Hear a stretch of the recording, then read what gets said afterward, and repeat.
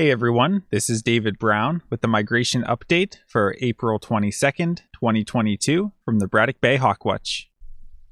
Today was a sunny day with just a few clouds rolling in the afternoon. Overall, the winds were fairly strong and mostly from the west-northwest, and that brought us a pretty good flight in the morning. In the afternoon, the wind shifted more northwest and then eventually to a northeast lake breeze at the end of the day, which slowed things down a bit. One thing I noticed today was the first couple dandelions blooming in front of the Hawkwatch platform. Alright, before we jump into the birds from today, here's a bird that I had yesterday, and on my report I had just put it down as a solitary sandpiper, which I wasn't 100% confident in, but I didn't really have time yesterday to sort through it more. So I put the photos up and someone commented and said it looked more like an upland sandpiper. So I went through my photos and was able to pull out some of the better ones and study it a bit more. And indeed, it is an upland sandpiper, which was actually a life bird for me. So it just goes to show, even on somewhat lousy days at the Hawkwatch, you never know what you're going to see. Okay, now for the birds from today. Here we have a juvenile northern harrier. So overall plain underneath. Remember, this little bit of streaking up top's okay, but it's not as much streaking as the adult female show. Plain patagial areas, so this one's a juvenile. Here we have a juvenile bald eagle, and this one's kind of a cool looking bird. It's real two-toned, mostly because of how faded it is underneath. So when this bird was born, this would have all been dark on the underside, on the breast and the belly, and this is just feather wear and fading because it's had these feathers for almost a year now. You can see the tail is also quite torn up, just from the difficulties of life. But you can see it has a even trailing edge. No feathers have been replaced.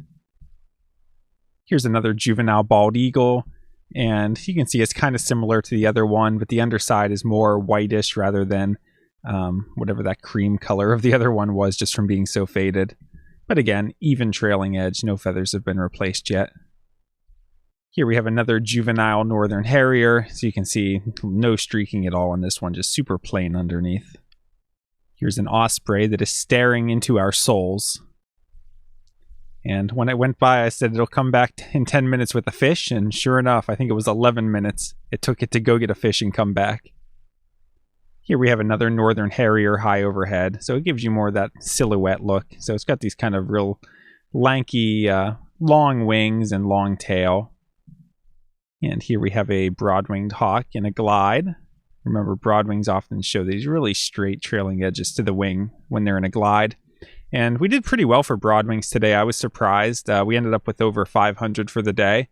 Pretty steady throughout the morning with kettles and groups of up to 40 or 50 birds. And then in the afternoon, there was one period where the wind shifted away from the lake breeze more into a westerly wind. And we had a group of, 60 or 70 broadwings. So definitely a lot of broadwings that are on the move. We just need the right conditions to get them up in the air and over the platform.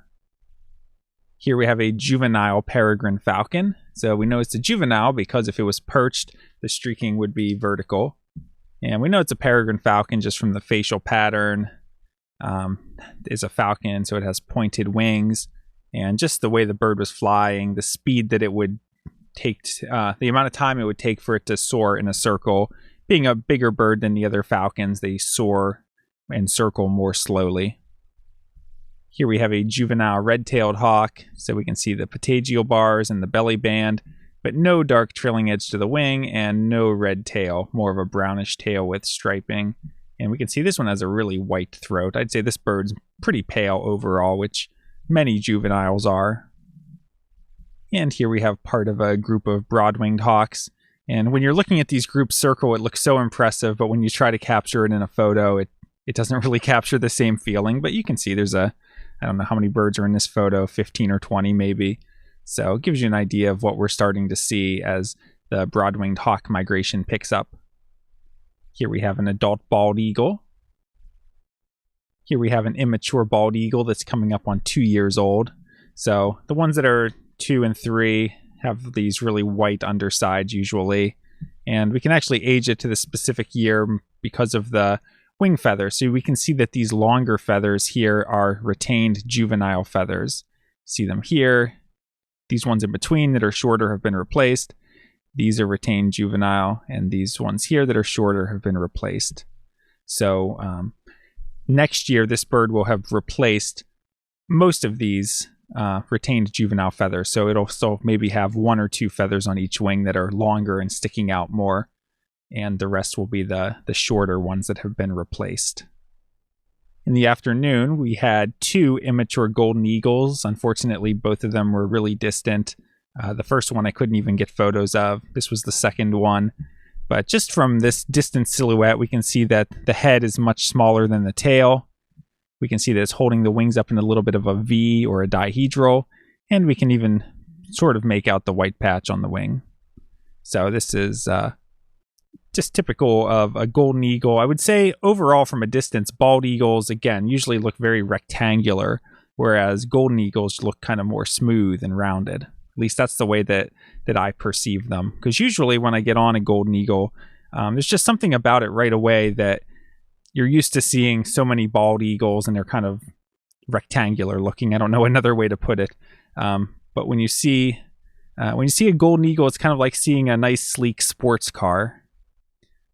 And around 4:30, the winds had shifted northeast to a lake breeze and wasn't seeing much at the platform. So instead of going home at 5, I said, let me go over to Frisbee Hill and see if anything was flying over there. So here's a photo taken from the top of the hill at Frisbee Hill. And I didn't really see much. I saw a couple of turkey vultures and I think 1 bald eagle. So not a ton migrating late in the day today, or maybe the groups of broadwings were pushed farther inland. But in any case, never picked up a flight, so I left at 5:30. And here's an osprey on the tower over at Frisbee Hill Park. All right, if we look at eBird from the Hawkwatch, had 53 species, so okay day, not a huge day. But nice weather, pleasant day to be out. And then here's my checklist from Frisbee Hill. Didn't really have that much.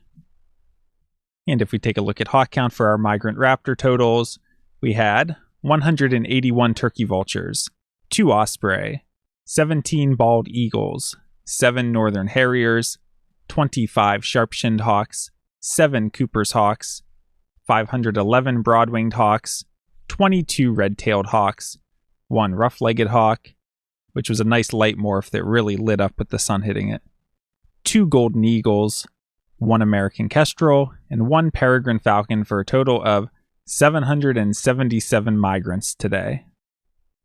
The only new species for the season was a marsh wren singing from the marsh. And if we take a look at the forecast, tomorrow is the first full day of Bird of Prey Days weekend. We're looking at rain showers early with overcast skies later, high around 50, winds east at 10 to 20 miles per hour. And if you look at the hourly, in the early morning, the winds are starting southeast and then shifting around to more of a stronger northeast in the afternoon. So overall, these aren't great conditions.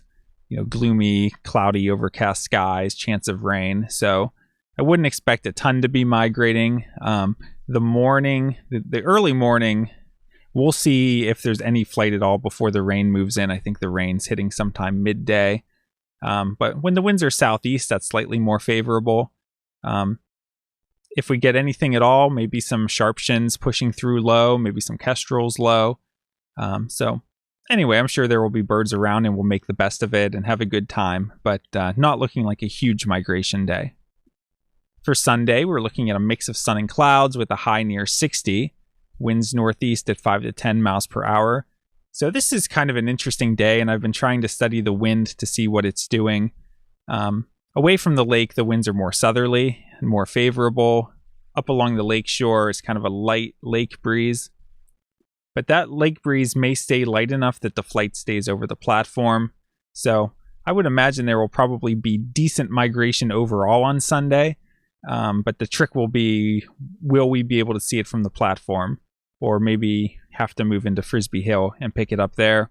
Or will it be farther inland? So I would expect some migration on Sunday, and we'll just have to see how it turns out. But of the 2 days of the weekend, Sunday is probably looking like the better day.